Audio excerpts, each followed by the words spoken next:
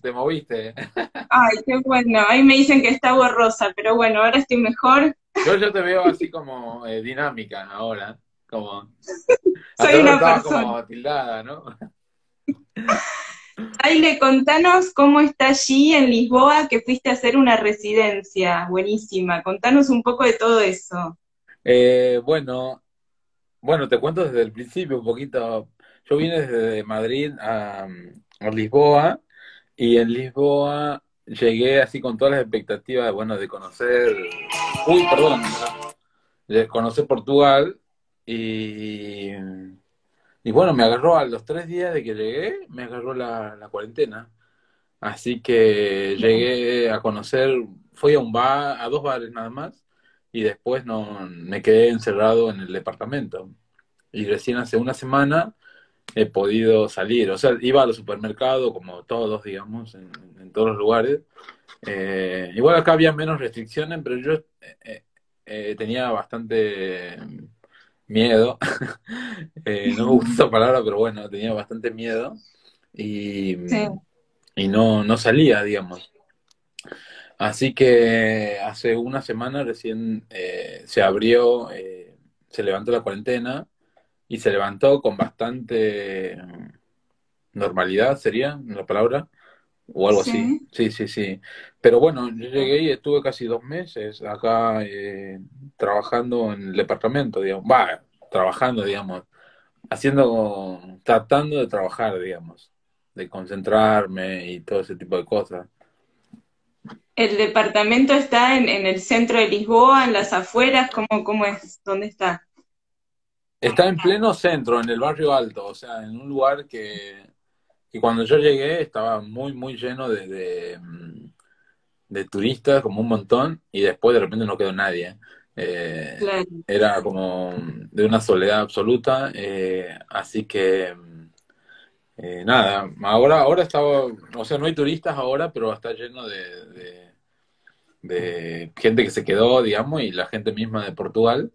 Y está divertido, la verdad que yo lo estoy pasando bien. De hecho, recién llegué de la calle, me vine apurado, así como rápido, porque estaba en una inauguración de una galería que inauguró una exposición y era bastante normal. Fue la policía un poco, Ah, pero más que nada por el alcohol, que se invitó a controlan. la cerveza y ese tipo de cosas. Ah. Y escúchame, ¿habías pensado en volver apenas empezó este tema de la pandemia? ¿Pensaste en volver aquí o no lo tuviste en consideración eso? No, en el principio no había pensado, pues no pensaba que iba a ser tan largo todo esto. En el medio de todo esto sí pensé, me enojé un poco y quería volverme y todo lo demás. Eh, pero bueno, después como que me di cuenta que bueno, que estaba acá finalmente, ¿no? Así Claro. que decidí quedarme y ahora con el verano la verdad que está re lindo. Eh, Está bueno y además hoy fui caminando, justo caminé 3 kilómetros de acá. Eh, sí, ahí me preguntan con tapabocas. Sí, con tapabocas. Bueno, en algunos lugares voy Mm, sin tapabocas, pero por lo general claro. sí, sí uso. Eh, es importante eso, porque bueno, Sí, es fundamental, digo, ¿no? Para no estar expuesto sobre todo. Y sí, pensé en un momento en volver, pero después al final se me pasó, porque me resultaba complejo y porque iba tratando de resolver las cosas que finalmente he venido a hacer acá, ¿no? sí. Contanos de esa residencia que estás haciendo allí y que es bastante laboriosa, por lo que sé, ¿no? Bueno, laboriosa y extraña también un poco, ¿no? Así que, bueno, es una residencia que es particular porque en realidad no tiene la estructura de una residencia en sí. No es que todo el tiempo están llegando artistas a esta residencia, sino que en realidad eh, sería algo así como un trabajo a comisión, ¿no? No sé si se dice así, pero en Sí, realidad sí, es un sí, sí. coleccionista que yo conocí y que conoció a la Galería Barro, entonces a través de la galería se hizo como esta conexión. y él me invitó para hacer esta residencia en Lisboa y trabajar y para permitirme poder explorar en otros materiales que yo no había trabajado hasta este momento, eh, porque él tiene la estructura de hacer eso, digamos, de bronce, mármol, piedra o cualquier otro material que se me ocurra. Y bueno, en base a eso, yo vine y bueno, como te decía que no tiene la estructura, entonces me alquiló un departamento particular en el centro de Lisboa, y desde ahí era como mi centro de operaciones. O sea, si la pandemia no estaba, era mi centro de operaciones y yo viajaba con su gente a ir a los lugares donde se producían los trabajos. Pero bueno, como todo esto apareció en el medio, yo finalmente quedé acá con papeles y carbonillas y Ah, no sé, lápices y un poco de arcilla para bocetar cosas que iba a hacer cuando se levante la cuarentena, ¿no? Pero bueno, claro, en el medio había un montón de cosas, como bajones, subidas y bajadas de ánimo, ¿no?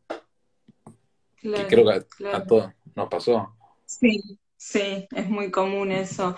¿Y pudiste producir algo en estos meses, bocetar? Porque después harías la escultura con personas que acompañan a este coleccionista, ¿verdad? Que te invitó.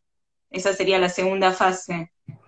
Eh, la segunda fase sería, sí, poder trabajar en escala. Y yo, o sea, he podido hacer un par de cosas. Pasa que también el estado de ánimo es fundamental, porque cuando uno, no sé, cuando uno se concentra o trata de concentrarse, como que, como que apela a la sensibilidad, ¿no? Y si apelas a la sensibilidad y encima estás como pensando en que estás encerrado y que todo de alguna manera está funcionando de la misma manera, digamos, como para abajo, entonces Sí. peor, o sea, tu sensibilidad es como que se pone en un lugar extraño, ¿no? Entonces, en medio de todo eso, yo trataba de trabajar y me costaba bastante. No sé, hablaba con varios amigos de Buenos Aires, de otros lugares, y medio que estábamos en la misma, ¿no? Que tratábamos de resolver algo y nada nos convencía, porque no era, o sea, no era el ritmo común, digamos, que de que uno hace algo y espera del otro lado que hay tiempos, ¿no? De repente es como que el tiempo quedó en un lugar extraño eh, y las preocupaciones eran otras, que bueno, era válido que sean otras, ¿no? Porque no se sabía bien con qué eh, se estaba tocando, ¿no? Como esa cosa de invisible. Y bueno, Sí, he logrado hacer un par de cosas. O sea, no es que no hice nada. Pero sí, sí. sí hice unos bocetos Ah, y me puse a trabajar en otros proyectos también. O sea, como que le he dado mucha bola a cosas que sentía que en ese momento me entusiasmaban, ¿no? ah, Por ahí que quizás no eran fundamentalmente esto a lo que vine a hacer, pero me parecía importante. Digo, si estaba entusiasmado, no sé, con una frutilla, entonces me ponía a trabajar alrededor de la frutilla, ¿no? Porque si no, era como más raro obligarme a hacer algo que no tenía en ese momento ganas de hacerlo, ¿no? Pero bueno, sí pasé como varios, así como montaña rusa, ¿no? sí. Y qué estuviste haciendo de eso que contás que te pusiste a hacer bocetos y a trabajar? ¿Qué es? Y bueno, al principio me puse a dibujar como lo que me salía, digamos. Eh, y bueno, me di cuenta que no me salía nada. Viste que es muy tremendo cuando pasa eso, ¿no? Cuando sentís que como que querés sacar algo y en realidad no sale nada, ¿no? Entonces, en un momento hablaba con una amiga, con Laura Ojeda Bar, y me acuerdo que decía, yo le decía, boluda, le digo, no sé qué me pasa, le digo, siento que no sé dibujar. Como, como algo que para mí me resulta muy fácil, ¿no? Como dibujar con carbonilla y es como pan comido, ¿no? Sí. Y bueno, nos colgábamos hablando sobre esa cuestión, ¿no? Era como que en realidad no había muchas ganas. Eh, pero después me puse a tratar de dibujar lo que finalmente yo había charlado acá, que era trabajar en el diseño de dos hornos, uno de cerámica y uno de pan, para como parte de la residencia, ¿no? Bueno, finalmente me desentusiasmé, pero me entusiasmé con una cuestión que tenía que ver con una animación. Creo que hoy te contaba cuando charlábamos por WhatsApp un poco. Eh, yo estaba... hace un montón, hace un tiempo hice una película animada que era una falsa película animada. No sé si vos la llegaste a ver. No. Era, eran en realidad, a mí siempre me gustan mucho los dibujos animados, ¿no? Y me encanta la narrativa que tienen ahí. Entonces, siempre soñé con tener un estudio de animación y toda esa cosa, ¿no? Entonces, ya hice una película, digamos, que es una falsa película, porque hice una sinopsis y después nueve pinturas que relatan esa sinopsis, ¿no? Y ahora se me había ocurrido en esta situación la sinopsis de otra película, ¿no? Que no tiene nombre todavía, pero que finalmente es parte de la continuación de ese estudio de animación que en un momento lo habíamos armado con Matías Hércules. Eh, y bueno, en realidad todo esto me surgió desde como que esta situación medio de bajón, medio de altibajos, activó la historia finalmente. Yo ya tenía pensado más o menos en qué quería pensar y en este momento como que me entusiasmé y dije, bueno, ya sé lo que quiero, ya sé por dónde tiene que ir la película, ¿no? Pero bueno, tenía que ver con el estado de ánimo. El estado de ánimo me ayudó mucho. Creo que eso como que nos pasa bastante, ¿no? Como que a veces, tipo, tocar un toque fondo te activa, o bueno, puede ser que no también, ¿no? Eh, y bueno, hice una película, no sé si querés te cuento un poquito de qué se trata. Dale, sí, sí, Y por te muestro, a ver supuesto. si tengo acá un dibujo. Busco un dibujo, aguantame. Dale, nos encanta. A ver, mira, ¿ves? Acá hay un dibujo que en realidad estos son estudios. Este es un Sí. tapir, ¿no? Ah, Digo, sí, sí, un tapir. A mí me llamó la atención mucho el tapir. Este es un dibujo, mira. No sé si se llega a ver ahí. sí, perfecto. Ahí están dos tapires entrando como en una selva. Esto es Todo carbonilla. carbonilla. Esto es carbonilla, sí. Y bueno, acá hay también dos tapires corriendo en una selva como que se está quemando un poco, ¿no? Tiene como un Sí. humo rosado. Y eh, a ver si encuentro los demás. Pasa que yo soy medio un quilombo y tengo todo medio desparramado por todos lados, ¿no? Bueno, acá ese otro que no lo terminé.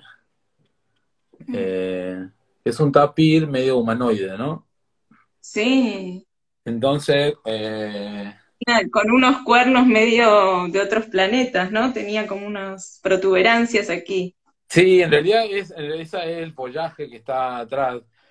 La historia la fui armando, en realidad parece un mito, ahora que te lo cuento, eh, pero cuenta la historia que en realidad hay como un dios que tira o lanza en realidad en medio de una selva dos tapires bebés, ¿no? Viste que los tapires bebés, no sé si vos los has visto, son como unas sandías porque tienen rayitas blancas. Todos tienen como liñitas blancas en el cuerpo, ¿no? Cuando van creciendo se les desaparecen esas líneas blancas y son como negros, ¿no? Eh, Entonces, a mí me encantaba la imagen del tapir bebé, ¿no? Entonces, están los bebés en la selva, y esos bebés son como tipo Adán y Eva, ¿no? Y, y empiezan, se encuentran con el contexto que es la selva y empiezan a crecer, pero bueno, a cambiar de tamaño, de escala y de sexo también, pero Mm. ese cambio que empiezan a tener en el cuerpo tiene que ver con los miedos de ellos mismos y con los cambios de temperatura del ambiente, o sea, de acuerdo al calor, el frío. Eh, entonces, ese cambio de escala, de sexo, y además también se vuelven como humanos, porque como que esos cambios, ¿cómo se diría? Esas precipitaciones externas los hacen modificar un montón. Entonces, tienen que ver mucho con sus miedos, y ellos intentan como generar algo para paliar, digamos, esa situación. Entonces inventan el fuego, ¿no? Inventan el fuego, y lo que yo me imaginaba como en este relato de película es que hay como una discusión muy fuerte entre el tapir puramente tapir y el tapir humanoide, digamos, donde discuten cuál es lo mejor para su futuro, ¿no? Si en realidad como paliar los miedos o finalmente quedarse en la condición que les pertenece, porque en realidad es parte de su ser ese cambio tan radical, ¿no? Eh, Ah, entonces, a mí me interesaba que en este relato de película había como una discusión muy fuerte alrededor del fuego entre el tapir y entre el humano, digamos, si era conveniente quedarse en el estado animal o en el estado humano, ¿no? Porque ellos de a poco empiezan a sentir miedo, además de los miedos que ya le producían cambio, empiezan a sentir miedos externos y empiezan a sentir que la selva se empieza a achicar, la selva donde ellos vivían se empieza a achicar, y no entienden bien por qué pasa. Pero bueno, la conclusión finalmente de la película es que su propio invento es el que le va a producir la propia, el achicamiento, digamos, de la selva, ¿no? claro. Entonces hay como una discusión entre la naturaleza y la cultura, ¿no? Como una discusión muy fuerte que a mí me interesaba porque en realidad tiene que ver como mucho con cosas que yo había leído, que me interesan un montón, que tienen que ver con cosmovisiones primitivas, ¿no? De cómo se piensa la relación que uno tiene con el contexto, ¿no? Y cómo la ¿Y cultura... Decime. este tapir, vos dónde lo conociste, el animal? ¿Dónde lo viste? No, en realidad, ¿sabes qué? Surgió... esa parte no te mostré que es importante. Yo leí una nota del diario La Gaceta de Tucumán que me impactó mucho.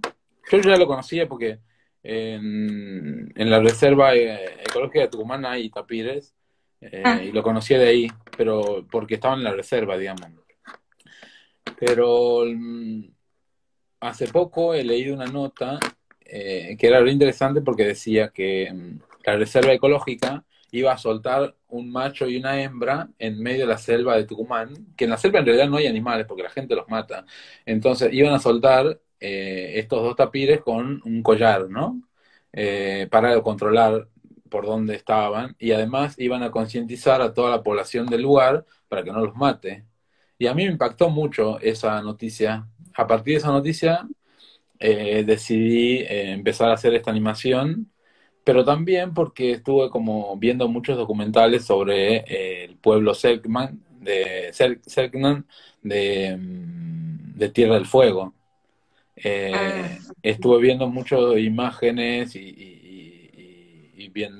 escuchando documentales, y a mí lo que me impactaba en un punto en realidad era que el tapir bebé esto es pura intuición, ¿no? No es que en ningún momento creo que se encontraron los Selkman con los tapires, porque son de climas distintos. Eh, el tapir tiene esas liñitas blancas, como te contaba, y la comunidad Selkman en determinado ritual se pinta el cuerpo de una manera muy, muy similar, ¿no? Es cierto. Entonces, Sí, es cierto. lo que yo hice fue combinar eso, como que en realidad el tapir cuando pasa de un estado de tapir a humano, en realidad se convierte en un Selkman. Que, no sé si estoy Ujú. pronunciando bien la palabra, ¿no? Sí, y escúchame, aparte vos tenés un vínculo muy fuerte con los animales, porque desde chico viviste con animales en tu familia, ¿no? ¿Es así? Ah, sí. Ah, ¿te acuerdas que en la entrevista que me hiciste te contaba eso? Sí, Sí, yo hace tengo. mucho cuando estuviste en Russell City me contaste eso y contale a los amigos que están, porque a mí me pareció muy fuerte de todo lo que conocías de los animales. Sí, bueno, pasa que mi familia ahí en Tucumán venía del campo y teníamos un montón de animales. Hemos llegado a tener hasta un zorro teníamos en un momento. Eso Eh, no sé, ¿en serio? sí, es como, Ah, sí, porque mi familia, algunos de mis hermanos trabajaban en el campo, entonces a veces, no sé, que encontraban zorros huérfanos y se lo traían a mi casa. Y en mi ¿se casa, domestica? ¿El no, no zorro se se domestica? domestican, en realidad no se domestican, pero como mi mamá y mi papá son como de campo, como que todo bicho les pertenece, digamos, de alguna manera, ¿no? O les pertenecía. Y se criaban ahí con los perros. Y una vez tuvimos un Paraguay, que es como un lagarto grande, Wow. que al final lo terminaron donando a la reserva ecológica, porque en realidad era peligroso para los vecinos, ¿no? ¿Y para ustedes? Y para, sí, ¿O era, bueno, no, no, bueno, o se hizo amigo de ustedes? no, bueno, No es que creo. sí, perros, imagínate, había un montón, Sí. un montón de perros teníamos. De hecho, hoy tenemos en mi casa, ¿cuántos tenemos? 7 perros creo que hay, sí, Ah, un montón. wow. Sí, sí, era como muy, muy, estaba bueno eso. También porque es interesante porque cuando sos niño, el primer acercamiento a la muerte que tenés es a través de la muerte de un perrito, digamos, o de un gatito, ¿no? Eso como Sí. que es tremendo. Entonces nosotros tenemos un cementerio de animales en el fondo de mi casa, donde, Mm. donde nada, cuando se moría alguno, hacíamos todo el ritual y demás. Y también tenemos gallinas. Yo de hecho, en un momento, eso también está bueno de cuando uno es chico, viste, como entre la travesura y lo que te permiten los padres, como que activan un montón de cosas que están buenísimas, digamos, y que tienen que ver con la experiencia. Eh, Me decía, cuando se morían alguna gallina en mi casa, porque en general la usábamos para comerla, digamos, las criábamos para comerla, eh, y se moría de algo, entonces yo le pedía permiso a mi madre para, para hacerle una autopsia y ver de qué Ah, había no, muerto, ¿no? la Sí, biseccionaba. Ah, claro. wow, Entonces qué fuerte. Chiquito, eras chiquito. sí, sí, era chiquito. Y mi madre me dejaba, entonces, además yo en ese momento me había encontrado un libro de Egipto y había flasheado con la momificación y todo lo demás, entonces entendía que momificar algo era ponerle sal, ¿no? Eh, Era Es ponerle sal. buenísimo. ¿Y por qué llegaste a esa conclusión? Porque en realidad en el libro decía eso, que en realidad las Ah, momias la ponían en sal, pero bueno, a mí no me funcionó porque yo finalmente hice eso con la gallina. Eh, ah, y la gallina no se momificó. O sea, ah, pero después me di cuenta de grande que en realidad yo no le había sacado los órganos que son húmedos, ¿no? Como que tendrías que haber claro. sacado todo eso. Pero bueno, finalmente descubrí que la gallina había muerto porque una lombriz se le quedó atravesada acá, ¿no? Uy, qué horror. Eso, por eso había Mm, muerto. En realidad no, no. mm, Cuando abrí a la gallina me di cuenta de que eso finalmente le había pasado. Pero esos descubrimientos, que son como de travesuras, eh, no sé, hoy siento que son como un gran aprendizaje, ¿no? Un, que tiene que ver un poco con la historia del tapir, ¿no? De la invención, de cómo uno va atravesando diferentes tipos de inventivas, de aventuras, de hallazgos, ¿no? Que tiene que ver un poco con la Sí, producción artística, ¿no? Y cualquier producción en realidad. sí.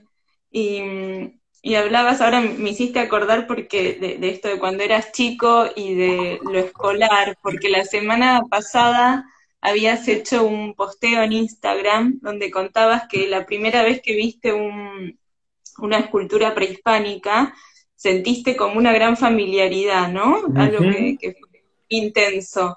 Y ahí comentabas que era, por un lado, la propia morfología, un tema que vos trabajás mucho en tu obra, en tus investigaciones, remitía también a la forma de tu cráneo y a la de otros, pero que había ahí una cuestión de no conocer un pasado en común y también lo vinculabas con algo de cierto estigma escolar. Ujú. ¿Podés contar cómo fue en tu caso un poco ese tema? Sí, esa fue una invitación que me hizo una amiga del Museo Histórico de Tucumán para, Mm, bueno, para charlar sobre las piezas que tiene el Museo Histórico, ¿no? Entre esos tiene esta pieza Santa Mariana. es una eh, urna. es una urna funeraria, y ella me invitó porque, bueno, nos conocemos hace un montón y le parecía bueno, que yo podía decir algo. Eh, y si bien no es que yo activé, o que a mí se me activó, digamos, la investigación que ahora yo llevo a cabo a partir de encontrarme en ese museo puntual, pero sí me encontré con otras piezas anteriormente que me despertaron eso, ¿no? En realidad, lo que pasó fue que en realidad en el 2016, mira, fue en el Bicentenario de la Independencia, me invitó Lalia Ayerra, que en ese momento trabajaba en la Usina del Arte, me invitó para hacer una exposición por el Bicentenario. Ella quería, hace mucho que me venía diciendo que hagamos algo, que hagamos algo. Entonces en ese momento me invitó para hacer una muestra en Tucumán en un momento en que en todo el país se estaba haciendo cosas para el Bicentenario, ¿no? Y sobre todo en las artes visuales, en el Museo Sí. Provincial de Tucumán. Pero bueno, ella me invitó en un lugar que no tenía nada que ver con las artes visuales, era como un espacio de gastronomía. Y me dice, no importa, me dice, yo te dejé un espacio acá para que vos hagas lo tuyo. Y le digo, bueno, dale, hagámoslo. Y ahí ¿Y qué era? ¿Qué era el espacio? ¿Un era una, restaurante? no, era una casa que queda, no, un restaurante no, es una universidad, la sede de una universidad que queda enfrente de la plaza principal de Tucumán, que tiene Mm, es una casa muy linda, y arriba tiene una salita chiquitita, digamos, que no se usaba como sala de arte, y ella lo dispuso para que yo la use como un sala de exposición. Entonces, a partir de ese momento, con esa invitación como que yo empecé a pensar un montón, toda una cuestión que tenía que ver con pensar los 200 años de historia, ¿no? Eh, porque ella me mandó un texto cortito donde me decía eso, mira, tenés que solamente pensar en esto, me dice, y seguramente se te ocurre algo. Y, y eso fue el puntapié inicial para que yo eh, vuelva a ver los museos de arqueología, pero los vuelva a ver desde un lugar distinto, ¿no? Porque yo ya los conocía, imagínate, en Tucumán, ya había y ya había estado en contacto un montón. Pero bueno, eran esas cosas que por ahí sentís que no le presta importancia, ¿no? Si bien yo siempre tuve mucha fascinación por la arqueología, pero nunca sentí que tenía una fascinación por la arqueología de Tucumán, ¿no?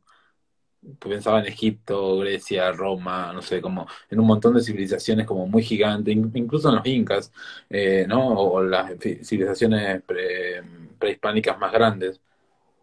Mm.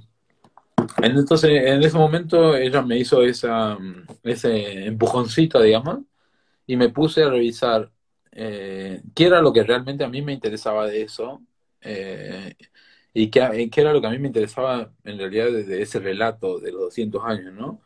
Y ahí como que sucedió un encuentro distinto, ¿no?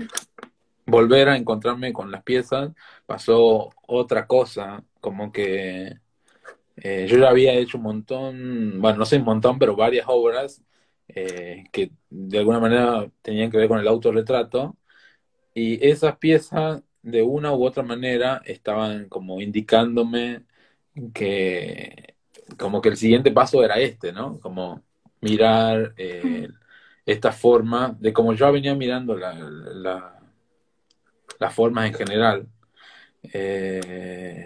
Y fue increíble porque empezaron a pasar cosas que yo ya era como un delirio, ¿no? De repente, cuando encontrás una forma y empezar a relacionarlas a todas y de repente encontrar una familiaridad y generar como una teoría a partir de eso, pero una teoría como no forzada, sino como que se activa sola, ¿no? Entonces yo decía, wow, ¿en qué me estoy metiendo? Decía, ¿no? No entendía ¿Y mucho. cuál fue la teoría? ¿Cuál fue la teoría, Chaile? Y ahí surgió esto que yo llamo la genealogía de la forma. En ese momento yo venía Ah, charlando mucho con una amiga, Andrei Fernández, que en realidad siempre estuve charlando con ella a lo largo de todos mis trabajos. Eh, pero en ese momento fue como más intenso, ¿no? Porque de alguna manera esto que yo venía observando tenía que ver en realidad con el autorretrato que yo venía trabajando. Porque yo insistía con la imagen de autorretratarme, no en el sentido quizás figurativo, pero siempre tenían las cosas tenían que ver conmigo, con mi contexto, con lo que yo tenía cerca, ¿no?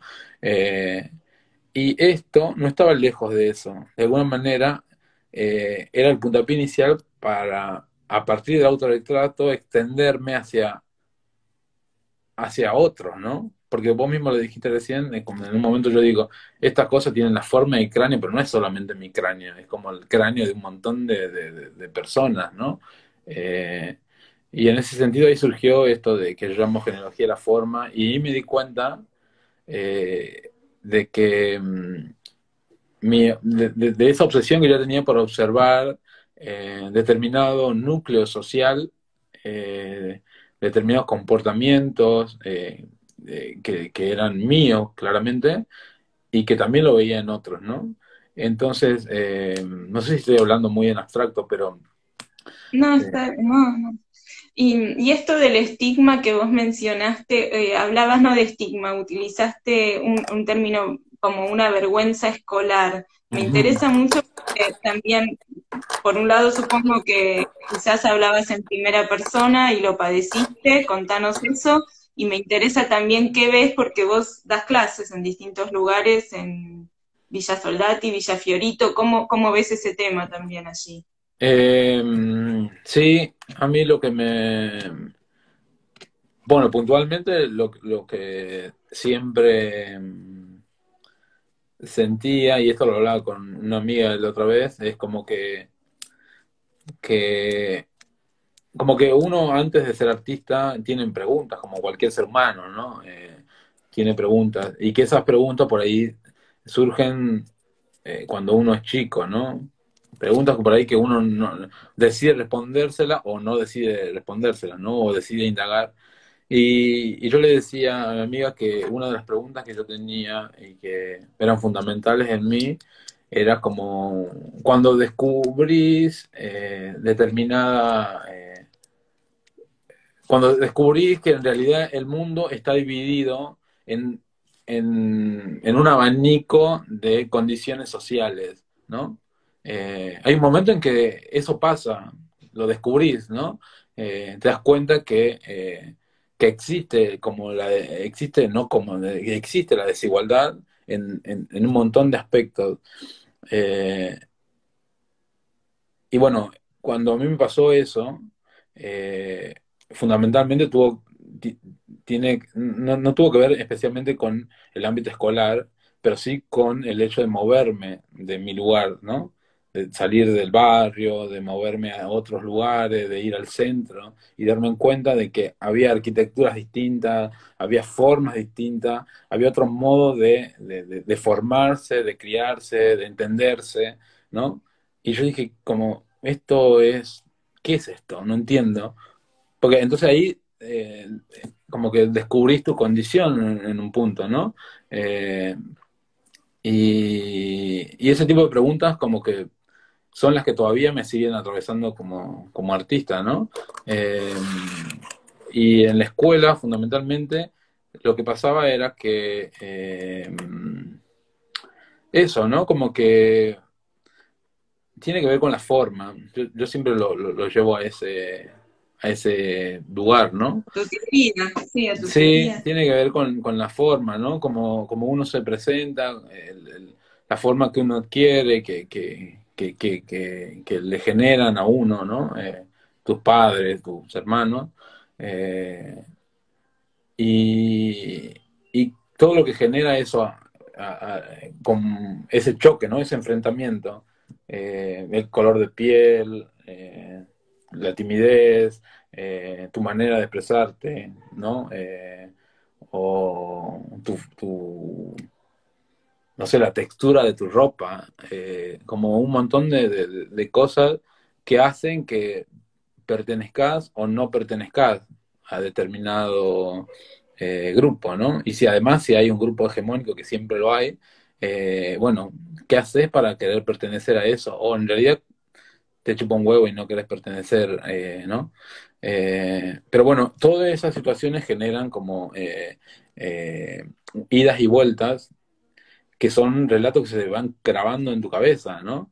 Eh, y, y eso es lo que finalmente nos va formando como personas, ¿no?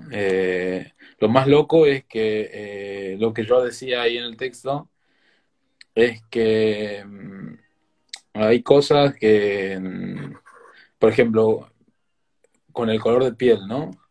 Eh, como que a veces es tan fuerte eso que sucede que en realidad uno reniega de las cosas que uno tiene, porque en realidad lo que uno desea es pertenecer, ¿no?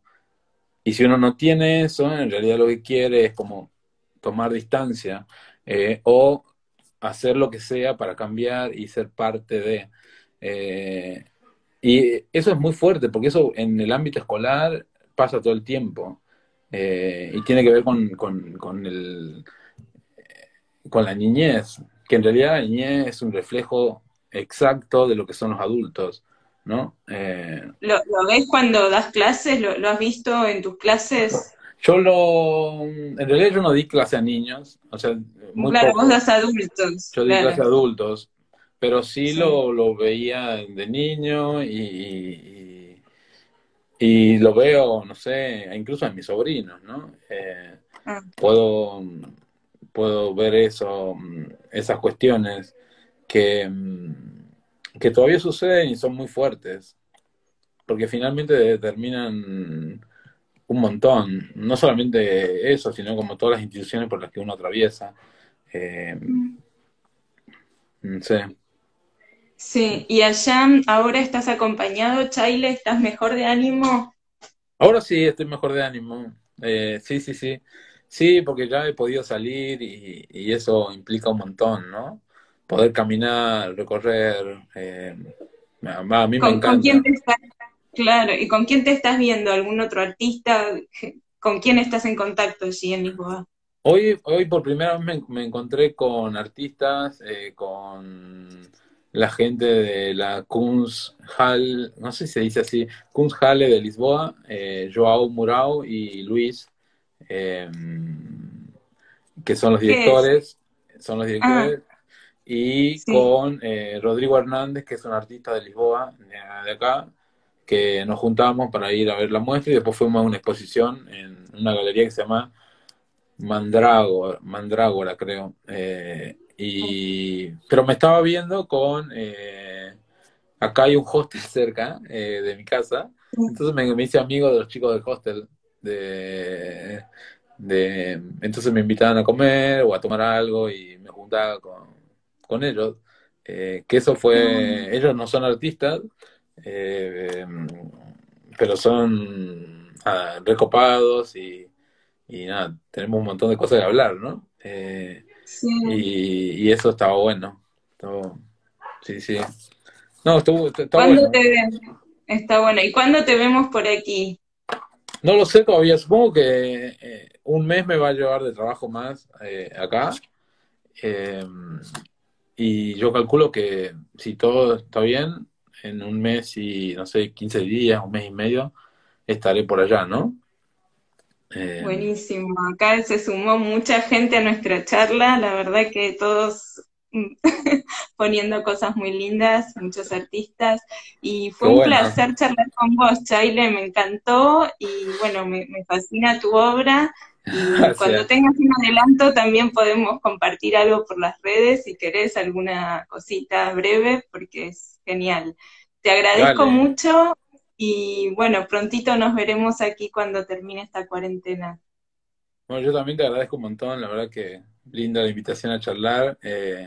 Me pareció un buen plan estar ahí acá un viernes y poder compartir y nada, hace un montón que no hablaba así de estas cosas, que siempre es lindo compartir, ¿no? Sí, muchas gracias. Fue un placer, Chaile. Bueno, nos estamos viendo Un entonces. abrazo. Dale. Chao, chao.